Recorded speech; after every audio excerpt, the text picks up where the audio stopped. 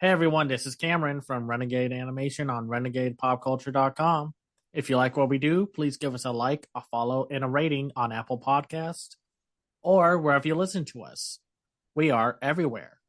We also have a new Patreon that y'all can look out for. That way, we can keep doing what we love, and that's talking about animation. And now, on with the show. What's going on, guys? Welcome to another episode of Renegade Animation on the Renegade Pop Culture Podcast Network. My name is Mike. I'll be your host this evening. Joining me, as always, is the animation guru himself, Cameron. Howdy, howdy. And today, we have a pretty fun episode. We're doing some TV catch-up with My Dad the Bounty Hunter, The Legend of Vox Machina Season 2, and our quick impressions on the first 6 episodes of Disney's latest animated series, Kiff.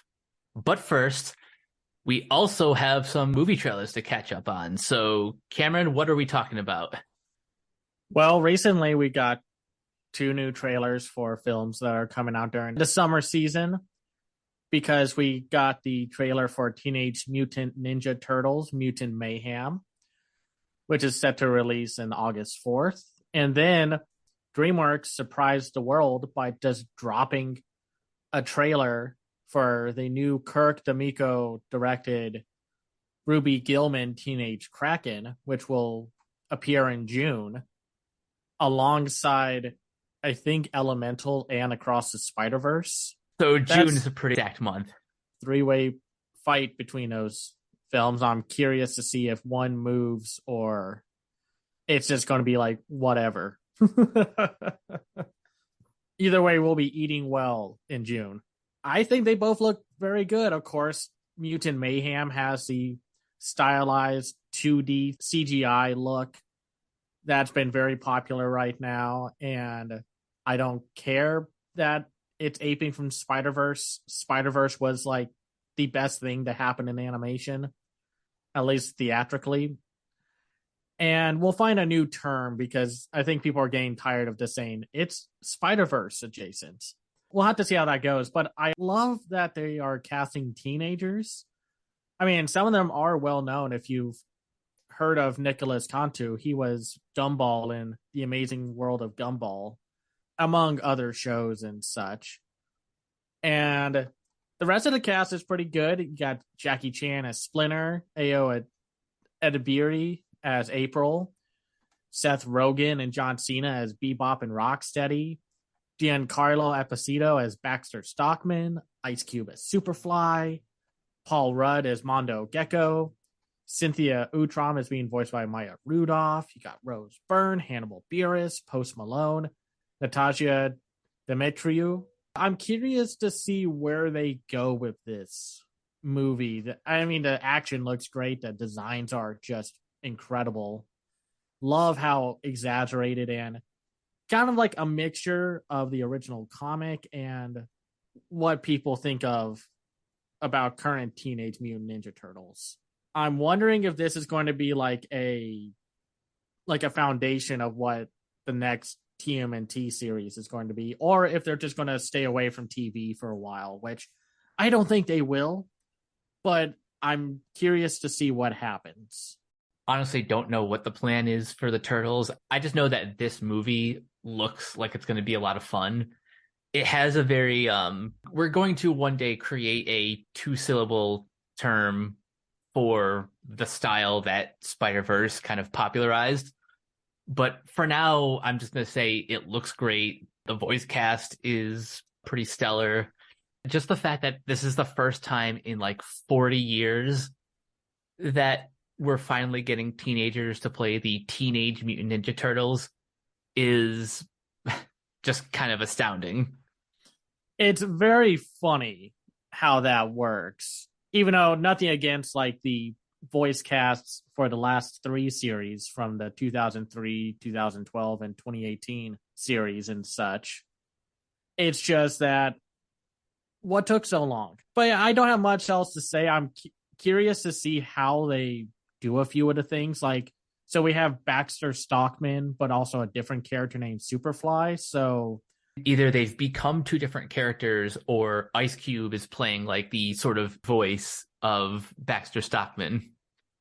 I'm going to throw out a guess that they're going to go with the Baxter Stockman from the 2003 series, where there were basically not a whole lot of mutants in that series.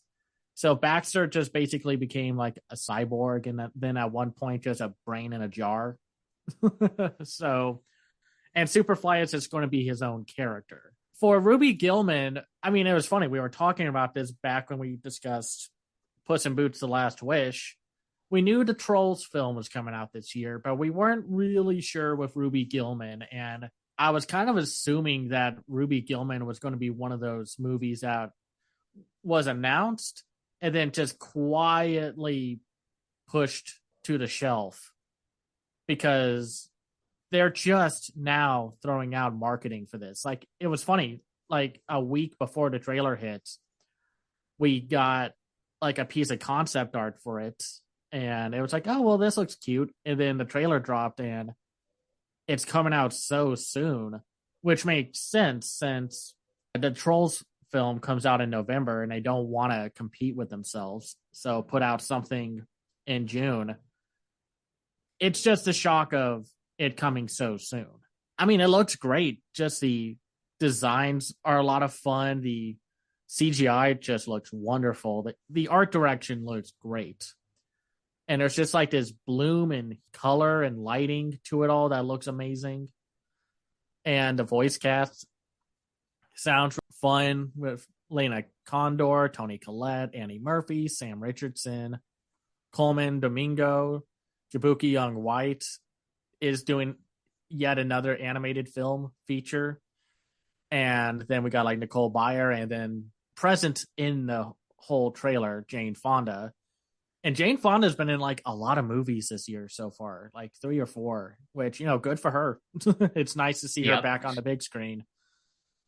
And the only thing I would say, it does reveal a whole lot, but I love this premise of the mermaids being the villains and not the Krakens. I mean, if you look at history, mermaids were not just, oh, beauties of the deep. No, they would literally lure sailors to kill them. So I like the flipping of the trope of the Kraken and mermaid, but it also just makes all the sense in the world. I also love the Megamind reference with Chelsea, the mermaid. Someone in the crowd is saying, I love you. And she's like, I love you too, rando. Yeah, very a 2020 way of reference of like, I love you, Metro Man, and I love you too, random stranger. Oh, that movie holds up, by the way. We should talk about it one time. It looks great. I love the designs. I'm not fond of so many people being like, oh, it just looks like Boss Baby. And it's just like, Boss Baby and this movie have wildly different designs and animation styles. They're both CGI, but how they're handled is different. Oh, media literacy is dead. So I can't wait. 2023 is becoming a more promising year for animation the more we get to see projects look like. I like how very loose and very noodly the character designs are, especially the main character. Ruby has a very fun design to her. Yeah, and I dig the full-on Kraken looks. Very cool. I'm sure this is going to get turned into a TV series, since that's what DreamWorks likes to do. They pick a movie that looks like it will do well and then greenlight a TV series for Hulu or Netflix. If they do that, I hope the writer Pam Brady stays on board, because she has a lot of great film and TV credits. So with the exception of The Bubble, a lot of her credits are actually pretty good. Yeah, Hot Rod, Team America, yeah, South Park. Very interesting. I can't wait to see what happens with this one. But now we must travel to Disney to just give our quick little impressions on Kiff, their new animated series that has all the pressure of being the first animated series in the new generation of Disney animated shows. No pressure. I hope a lot of people don't be too harsh on this show. because of it, because, Owl House is ending and all that has come to light and such. Like, don't blame a lot of it on this show. It's like how people were like, oh, so we're getting that Agent Elvis show, but we can't get this other thing. So it must be that show. It's like, no. A lot of these shows are greenlit at the same time and then come out when they're supposed to. So animation production is wild and complicated.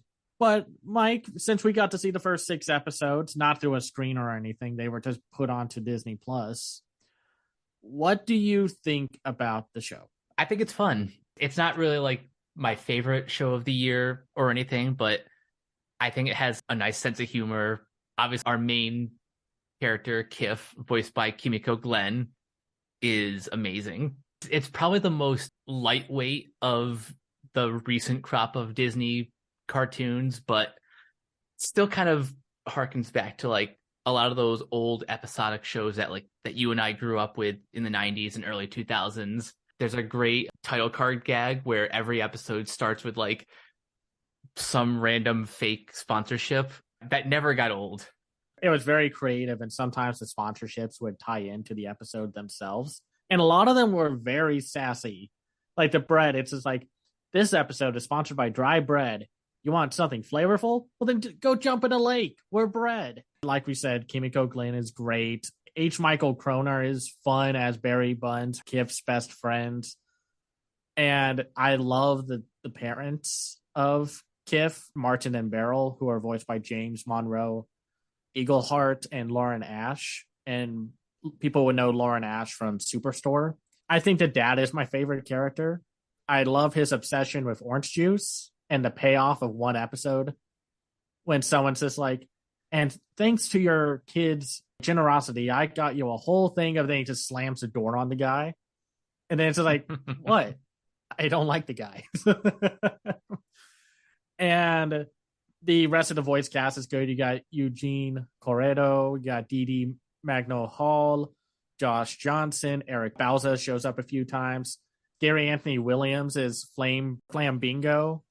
Love that little design quirk of Flamingo flying, but it's only like little hands on his muscular arms doing the flying and such. Tom Kenny shows up a couple times. You got Kate Flannery, Rachel House.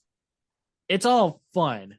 And that's all I kind of ask for. Yeah, it doesn't beat Moon Girl and Devil Dinosaur or the show we're about to talk about next, but it's its own thing. And if I want to keep watching more episodes, then that's a good sign.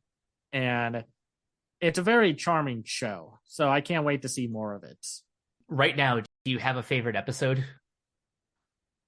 I think it's hard to beat the first episode just because I love its energy the most, and the whole gag of just like Martin having to remind himself that Kiff might be pulling a trick on him by just looking at the fridge at all times because it says Kiff is tricking you, and her drive to be the first to a water fountain is just silly enough, but I understand that drive when you're a kid of just wanting to be the first to do something. There are some very delightful episodes so far. So if it can keep up this fun, zany, cartoony energy, then I'm down for it. I'm a little curious as to why there are things like a fawn and a witch in this mostly animal world, but I'm willing to overlook it. I also love the episode where the career day episode. Oh, that one's my favorite. I love that frog. It's just my favorite character. But do you have a favorite episode? Probably Career Day, just because of I'm always a fan of stories that kind of make fun of in any sort of way. And in this case, when Kiff and Barry take a position at like the town hall, their way of helping people is basically just shredding all of the documents. That's usually what prevents things from getting done. Bureaucracy has a weird representation on TV because it's always seen as the worst. Sometimes positive, mostly negative. Especially when they're like, oh, we got a request to change a light bulb, and it's been 9 years to change out the light bulb in a stoplight.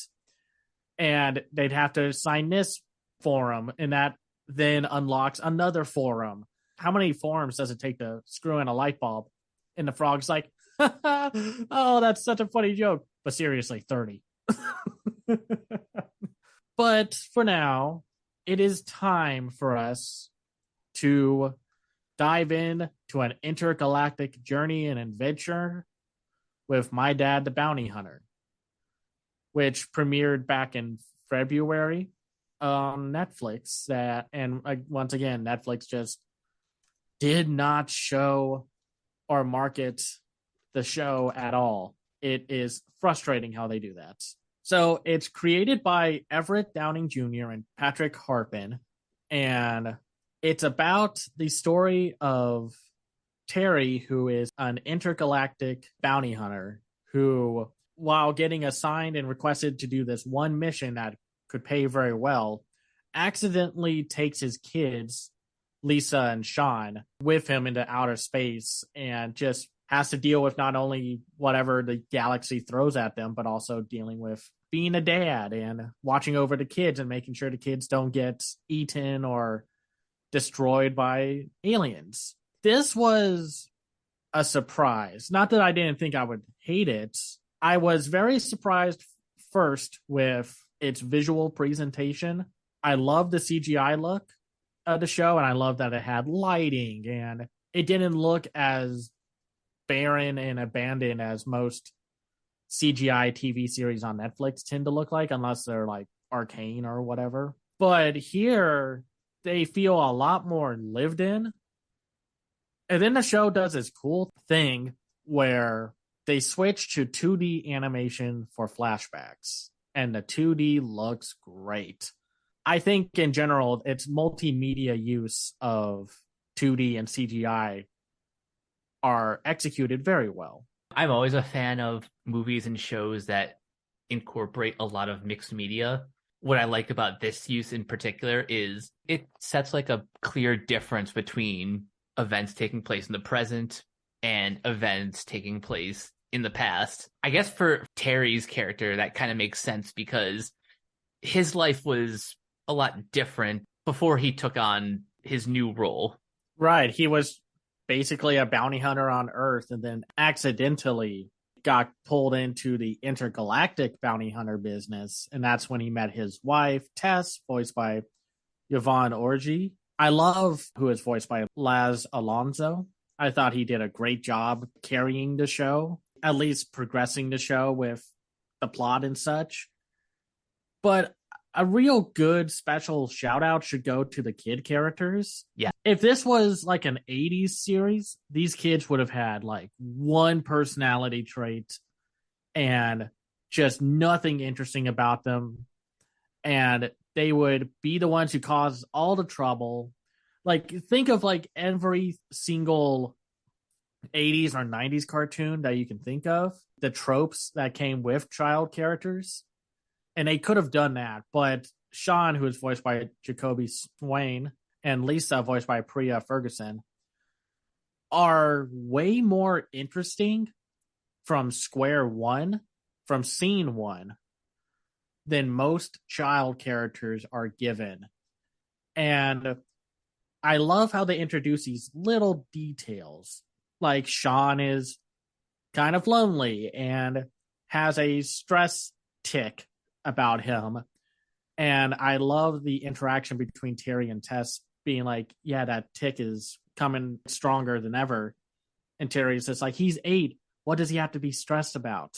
The show sets up these little drama dynamics between the family members, and it's so much more well written than most adult or live action dramas that try to do this. I was so impressed by that, because they all love each other, but there's definitely like cracks in the foundation of their relationships with one another. It's not like a perfect family situation, and I'm glad that they were able to handle this with respect and care, with the drama of the fact that Terry and Tess are trying not to say divorce to stress out the kids, but they're getting divorced for reasons that the show unveils and or reveals, and it makes sense. It's not that they don't love each other. It's just Terry's background and as a bounty hunter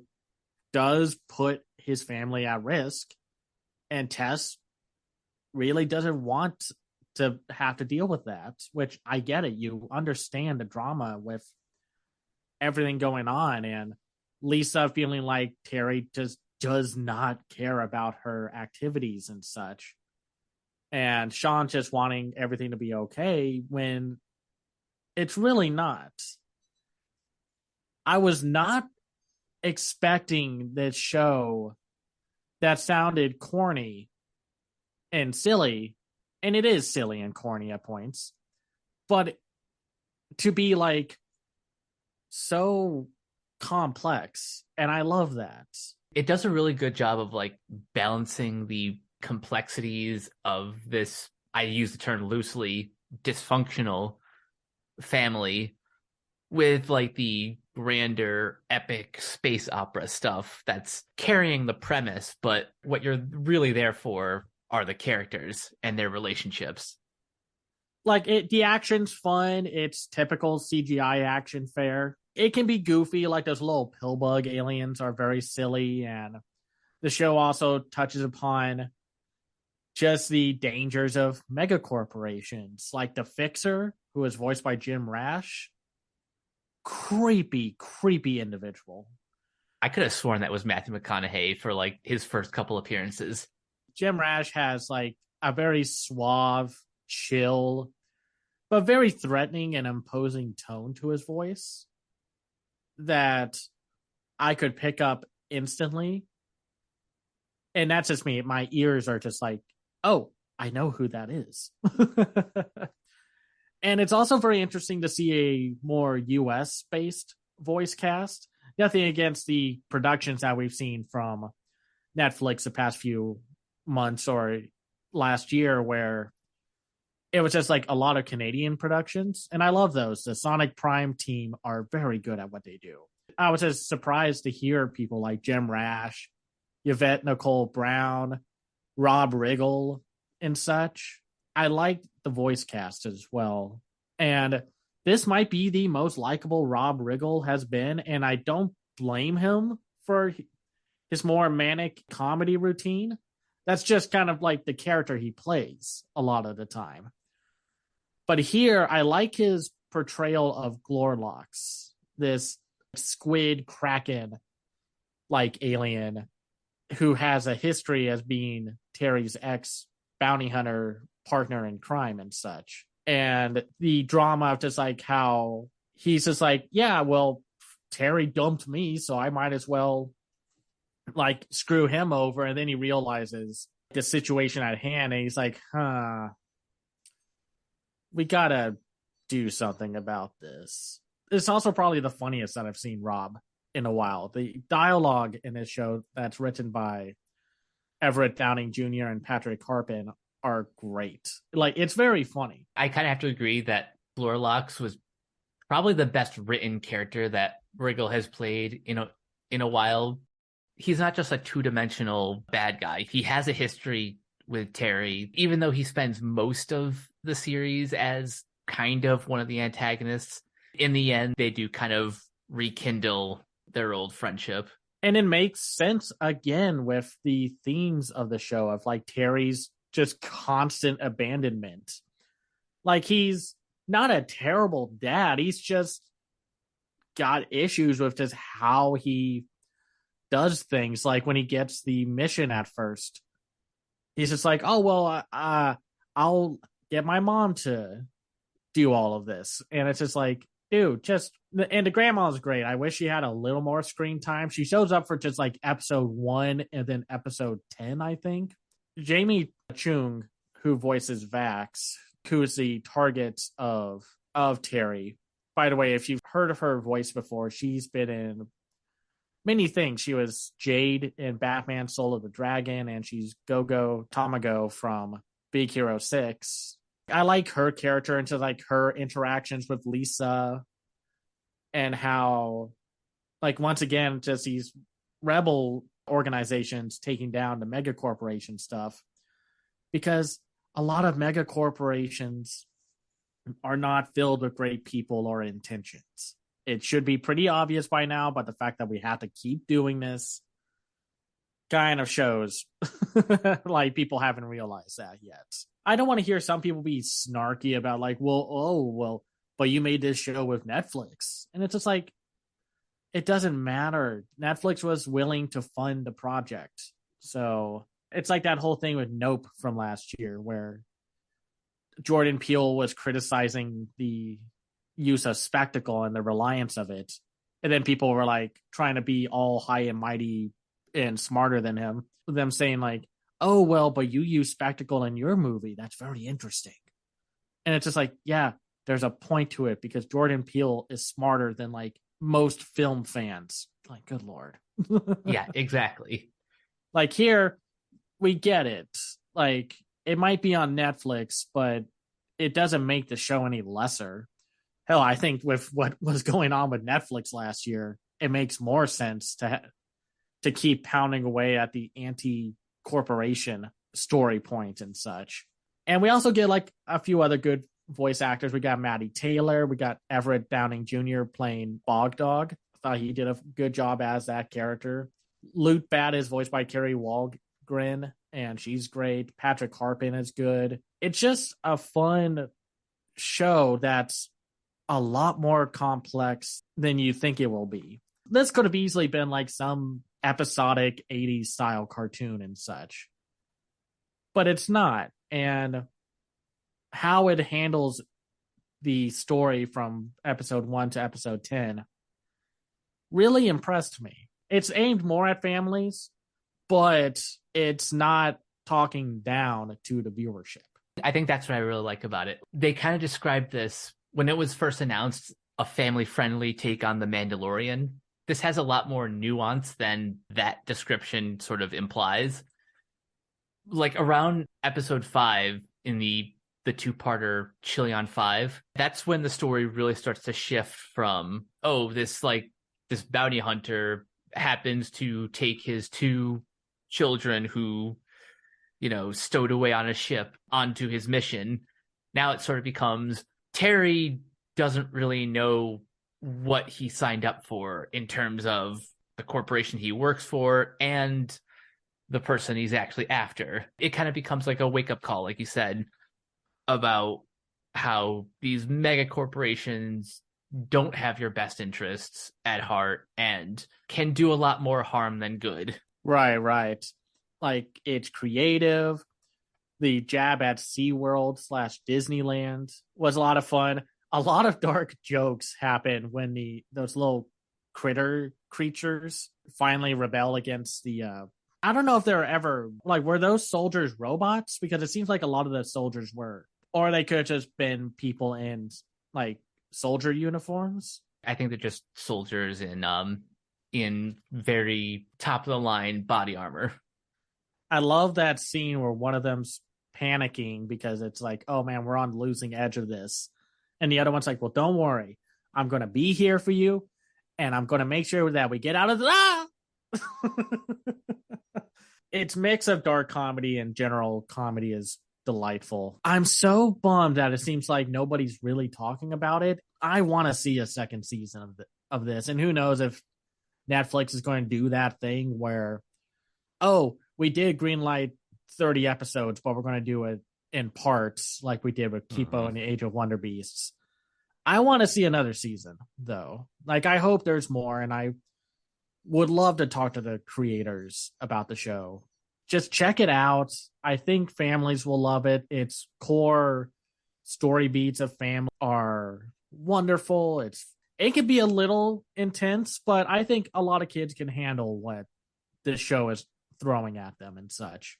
Kids can handle a lot more than we give them credit for. I may be biased because we grew up in a pretty good age of Western animation, but just in general, kids can handle some pretty like deep themes. There's definitely like content and like shows and films that definitely are absolutely not for kids.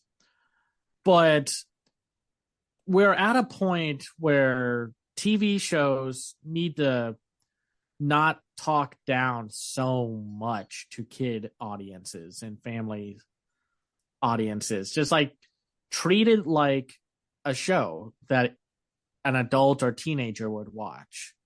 I mean, don't talk down to either, like, don't talk down to any demographic. But now we must journey on back to the world of Critical Role with season 2 of the Legends of Vox Machina. And where we left off, they basically took down a necromancer and a vampire lord from causing a very horrifying entity known as the Whispered One from coming into existence. And, you know, everything afterwards. They also took care of Percy's revenge problem, and Pike found her meaning of why she is a cleric, and so on and so forth. You know, it's all pretty good. You know, it was all going to be smooth sailing going into season 2. I'm joking. Yeah, they got attacked by dragons. Basically, the Chroma Conclave, a group of dragons that basically pull an Attack on Titan season 1, episode 1, with Vox Machina's season 2, episode 1, where it just hits the ground running. The Chroma Conclave basically starts taking over all of Taldore, and it's up to Vox Machina to find ways to destroy and kill these dragons because, well, they gotta.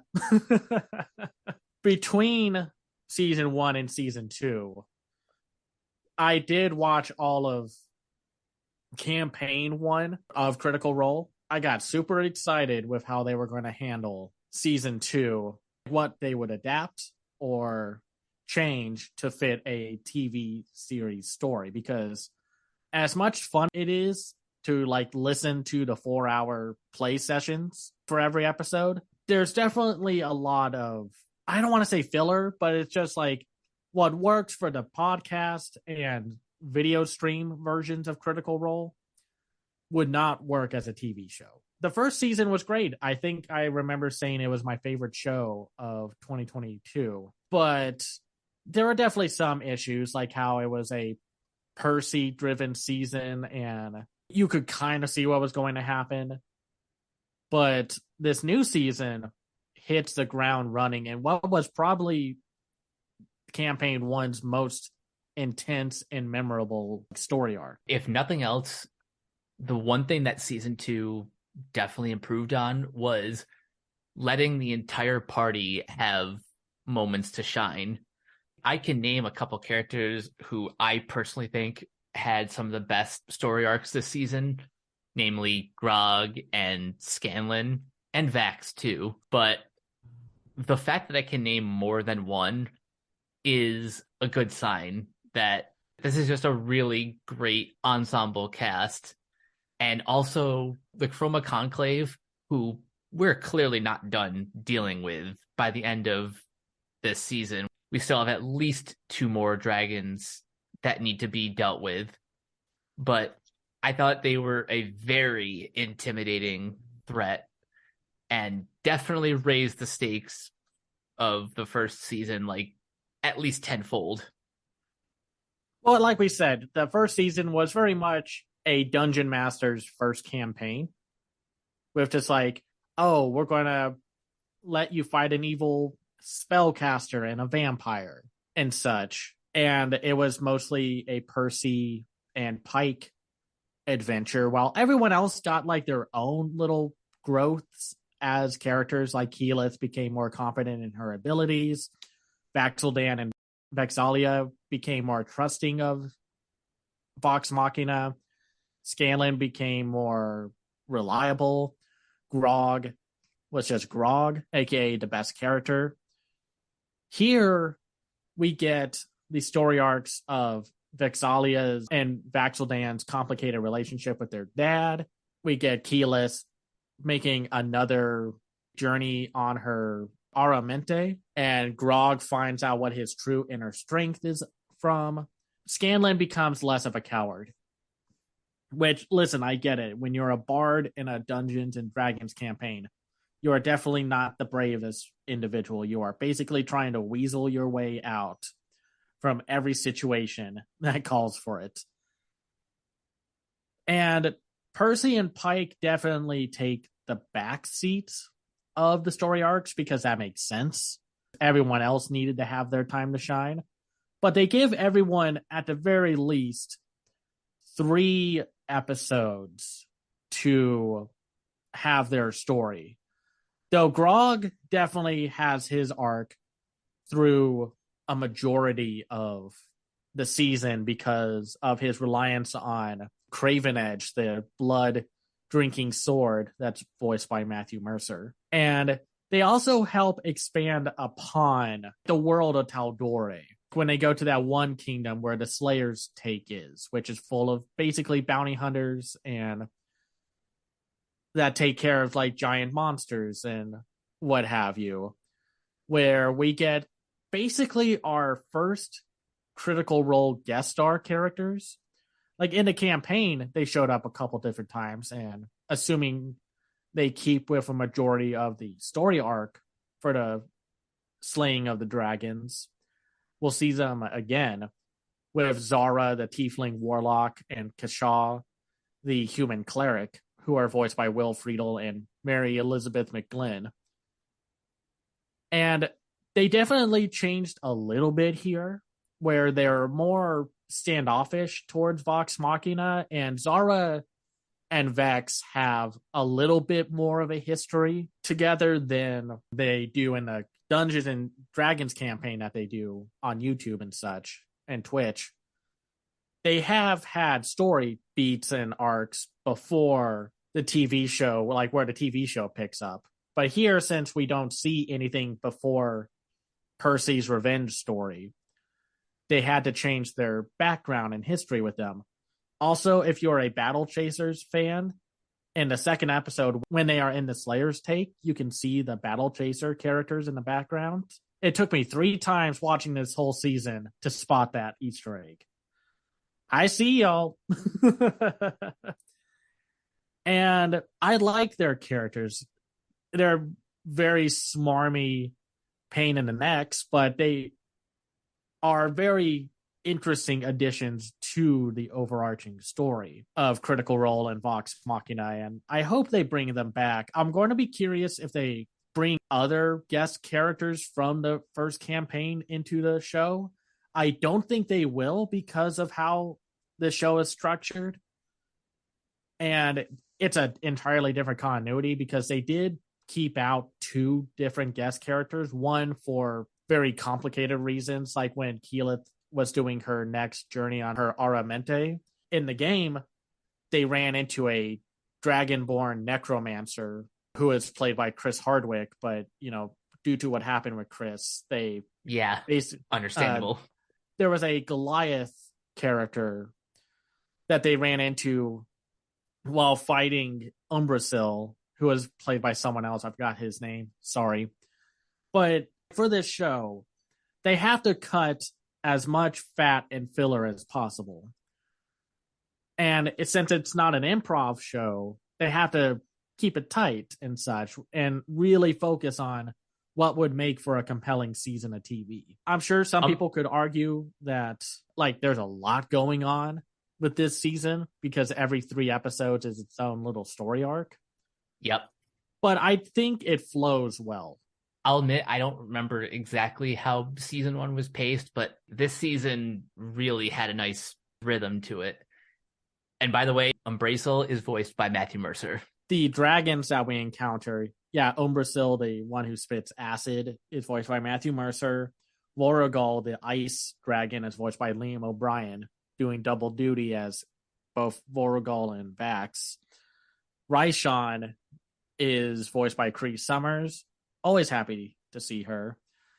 And unfortunately, not because of bad casting or anything, just Thordak is voiced by the late, great Lance Reddick. I'm going to be curious as to who or what they do there, but that's very sad. He's great as Thordak, this big, imposing red dragon. that just lays waste on everyone.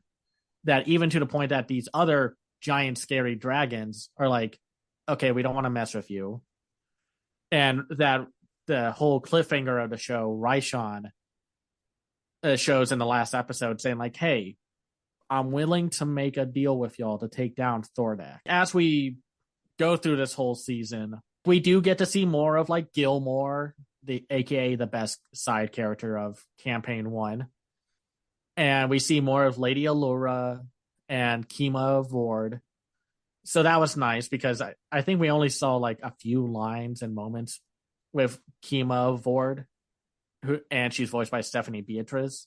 And then for this new season, they brought on Osisa, the Sphinx that lives underneath the Slayer's take, who's voiced by Elena Ubach. There's Sildor, who is played by Troy Baker, who is Vax and Vex's dad. Well, once again, contender for the worst dad in fiction. Oh yeah, he's up there in like the Great Hall of Shame. And then we get to see Grog's past, and we learn about his history of being part of this like tribe of barbarians, and then realizing that like, oh, he's about to kill someone who had a family. And then Kevdak, his uncle, who's voiced by Ralph Ineson, beats him to death. But luckily, the twist comes, and if you've seen the campaign, you know what the twist is because they explain it, the backstory. The person he saved was an old gnome named Wilhan Trickfoot, who is Pike's great-great-grandfather. And he's voiced by Henry Winkler. Great casting. Make Henry Winkler everyone's favorite family member. I was thinking, like, when I was watching this, I was like, oh, like Black Adam, where the Atom Smasher original user was Henry Winkler, the character played by Henry Winkler in Black Adam. And then the son or grandson was the new Atom Smasher. And he brings this great warmth to the character. And then, of course, everyone's favorite little troll character made it in to Vexalia's story arc of Garmili, the fawn. Well, I'll just say it. He's a shitpost. Like, he's very much a troll-like individual. He messes around with Vox Machina when they got separated after getting out of a situation that was very dire. And he's voiced by Billy Boyd, and he's really funny in a way of just like, you know, that everyone's going to be like, I would kill you if you didn't know exactly where we needed to go. He was one of my favorites because he is just, he reminds me a bit of the Cheshire Cat from Alice in Wonderland. That makes a lot of sense because of the, what's the place that they went to called? The like topsy-turvy fantasy. The Fey Realm. Where at first Percy was very excited about going there, and then by the end of it, he's just like, oh my god, no. I'm glad to be out of it. Even though it turns out that Garmili was like a deity that whole time. He was just testing out the characters, like to get these magical items to take down the dragons. Like Vexalia gets a bow, Vax'ildan gets this armor set piece from the Raven Queen, because like his story arc is like how self-sacrificing he is. He just wants to make sure everyone's okay, and he's willing to take the fall so everyone else can live. And since it's Liam O'Brien, he likes to play a lot of characters with tragic stories. Get ready. Yep. But the other substantial one is Scanlan, where like his antics are really getting on the nerves of everyone, or at the very least, like everyone's trying to treat this situation seriously. Like we get to a point where Grog realizes that, yeah, you can't keep using Craven Edge. And then when they destroy Craven Edge, he loses all his muscles. So he has to find where his true inner strength is, which is started by a great sequence of him meeting this monk character in the kingdom where they go to the Slayer's take, and gets his backside handed to him. I love when they all meet back together after leaving the Slayer's take. And Grog's just like, it's like, how about we get a point? And they're like, Grog, you're back. Oh man, what happened to you? Let an old man beat me up. The show continues to still be very funny. I love the interactions and that poor dragon slayer Lance, or the Lance of dragon slaying. It's like, oh, we could finally use this. Boom. No, never mind. Of course not. What were some elements that you liked about this new season? Well, I like each character arc. I like how we're starting to explore a little bit more of the world beyond Tal'Dorei. I like how there's other realms, there's these like beings of higher power. And I think probably one of my favorite episodes from the first half of the season is episode 6, where Scanlan gets to the heart of the Sphinx by playing a cheesy 80s rock ballad. To get one of the vestiges, they had to cause a Sphinx to bleed. And instead of doing the most literal way, they, of course, do it in a metaphorical way. If you are curious, they do have a few characters that show up from the campaign through these story beats. Like Victor, the black powder salesman, shows up once so far. He was a very popular character that people love that Matthew Mercer played. The monk in question that beats the tar out of Grog, Earthbreaker Groon, who's voiced by Ike Amadi, is in there. The Fire Ashari are there, and one of them's voiced by Robbie Damon, who, if you watched Campaign 3, he shows up there. The Archfiend that's in the forest, Sondor, played by Sindhil Ramamurthy, very imposing, very menacing. And only people who watch the campaign are going to care about this. The only major change that happens to Scanlan's story arc is that Dr. Dranzel is not a part of his official story, backstory anymore. The original origin of Scanlan had him traveling with Dr. Dranzel and his crew, just going around playing and, indulging on the pleasures of life and such until he meets Vox Machina and what have you. They kept the whole daughter thing with finding out that Scanlan had a daughter, and it's another reason for him to take a chill pill and really take in the situation of his actions and consequences of said actions. It's a meatier season than season 1, but it's handled well, and they leave enough content left for a third season, which they got greenlit for. But I could see it maybe going for 2 more seasons, only because it depends on how they approach this next part of the story, because they would have to change a few things. And then it depends on if they want to take care of the post Chroma Conclave arc stuff at all, or just keep it as its own material for specials or a spin-off kind of thing. How long was the original campaign? Let me just quickly look it up. Luckily, this show got me back into playing Dungeons and Dragons and Pathfinder with my friends. Of course, I had the wiki up. So it's 115 episodes, with the Chroma Conclave starting from episode 39 to episode 83.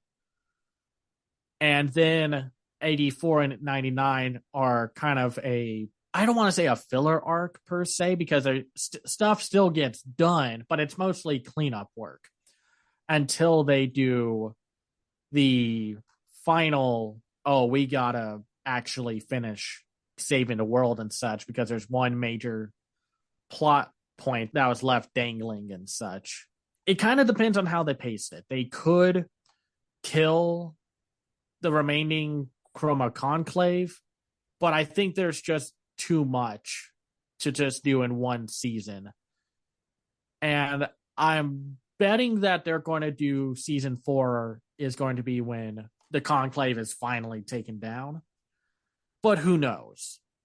They cut a lot of the fat from the campaign during this story arc so far.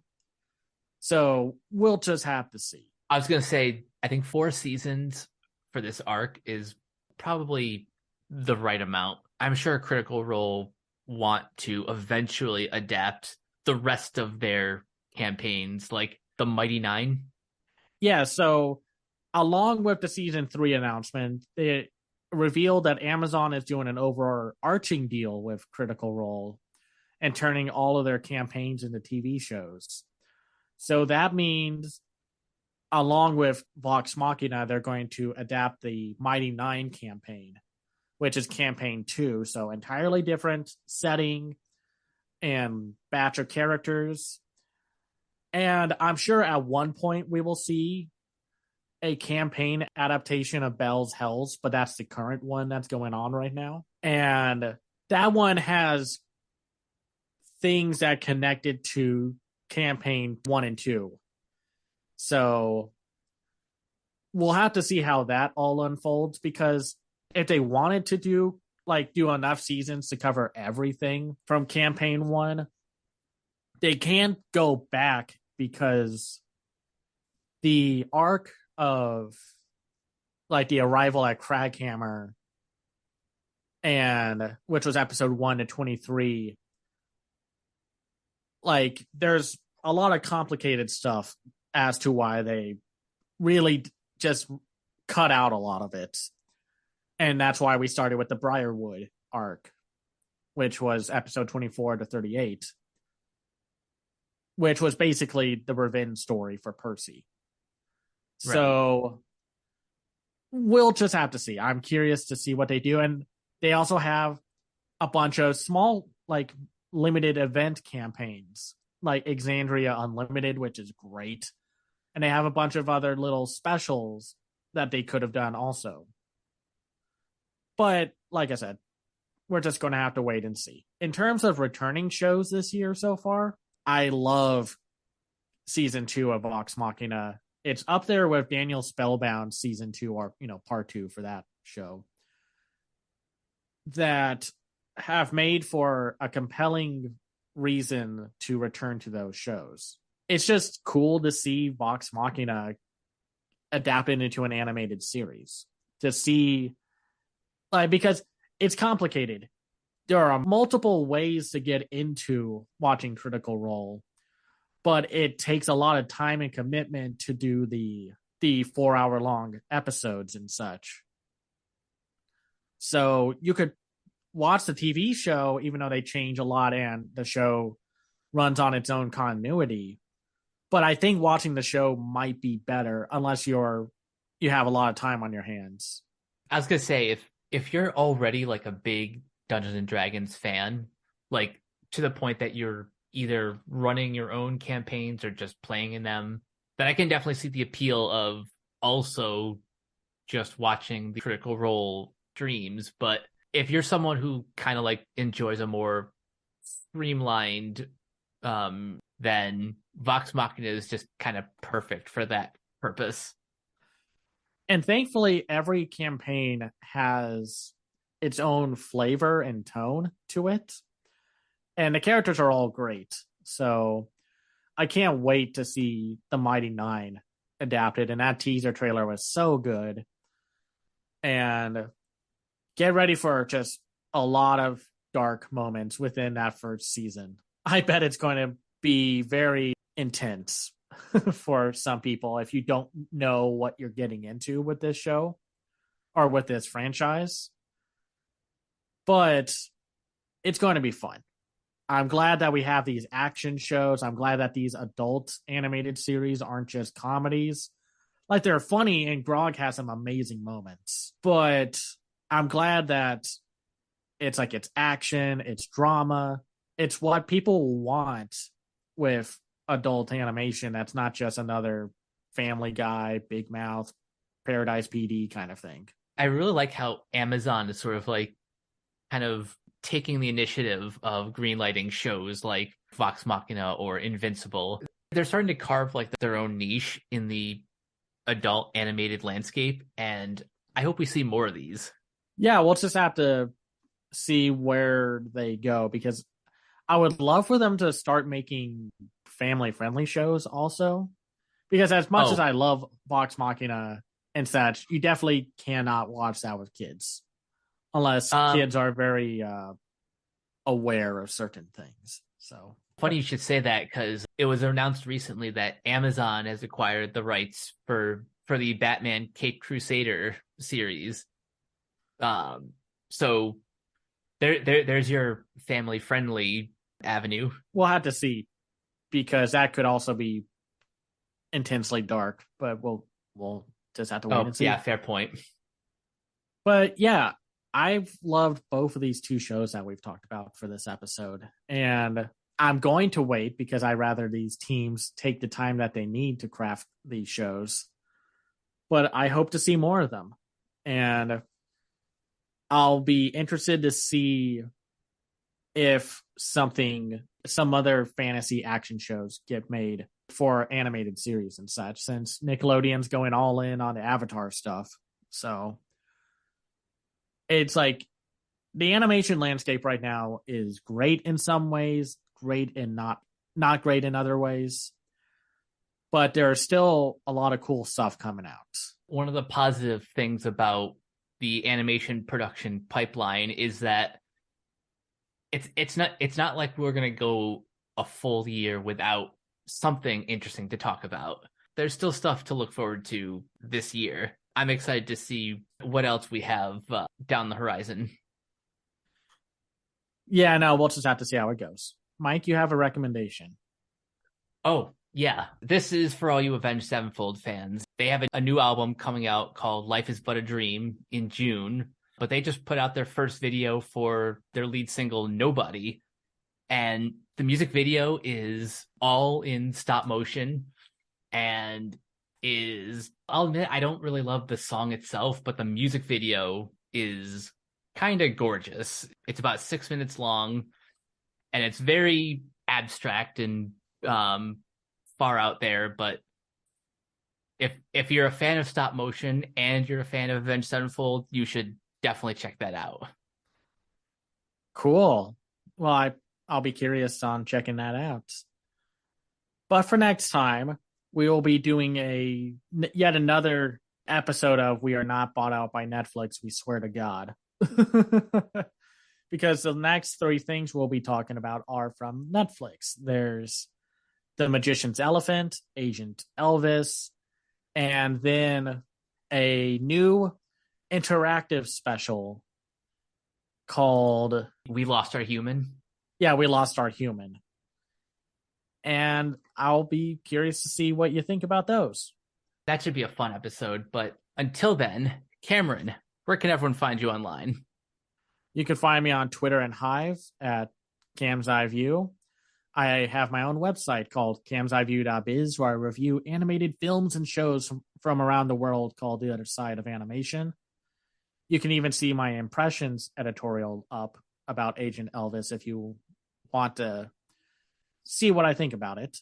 I also have a Patreon at patreon.com/camseyeview. That's where you can find me. And you guys can find me on Twitter and Hive at Captain K42. You can check out my quick thoughts on letterboxd.com/CoachK42. And you can follow Renegade Pop Culture on Facebook and Twitter at Ren Pop Culture. You can also find us on YouTube, on Podchaser. Subscribe to our Patreon at patreon.com/Renegade Pop Culture. And you can listen to all of our podcasts on Anchor, Spotify, Apple Podcasts, etc. And last but not least, everything can be found at renegadepopculture.com. Need an escape? So do we. That'll do it for this episode of Renegade Animation. We will catch you guys later.